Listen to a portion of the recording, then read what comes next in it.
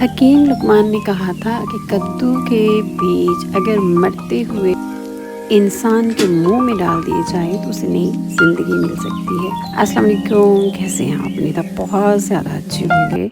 गर्मियों की सब्जियों में अल्लाह ताला ने वो सारे विटामिन्स रखे हैं जिनकी हमें गर्मियों में ज़रूरत पड़ती है। और आज मैं बना रही हूँ लौकी, कद्दू और ये बनाएंगे हम गोश्त में।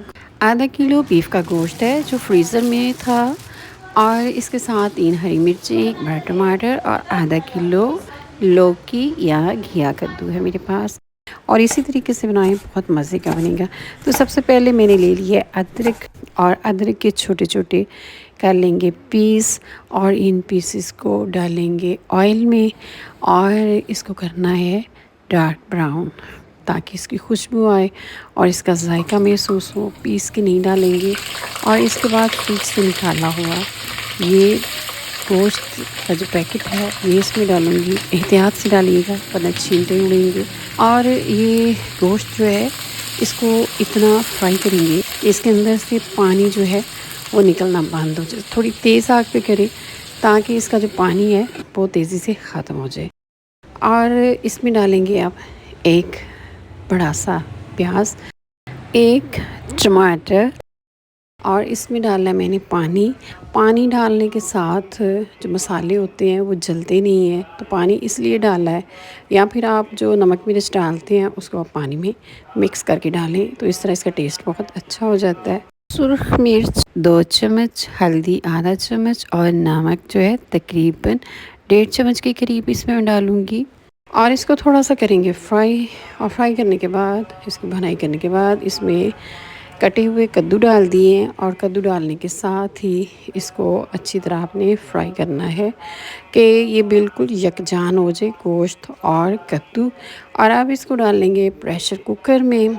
इस तरीके से खाना बनने का टाइम बहुत कम लगेगा, बहुत ही शॉर्ट टाइम से खाना बना सकते हैं। साथ ही हाफ़ गिलास जो है उसके 2 बार भर के आप इसमें पानी के डाल दें। और जनाब तकरीबन इसको वेट लगाने के बाद तकरीबन मैंने इसको 15 मिनट पकाया है। आपका पानी और आपका जो फ्लेम होता है ये भी बहुत अहमियत रखता है कि आप इसको कितना टाइम देंगे। तो मेरा जो बीफ और मटन दोनों गोश्त आम तौर पे गलते हैं 15 मिनट में, तो मैंने इसको 15 मिनट के लिए सीटी बजने दी है। और 15 मिनट के बाद इसको खोला है, और ये देखिए अब आपके सामने है। बहुत ही मज़े का, बहुत ही टेस्टी है।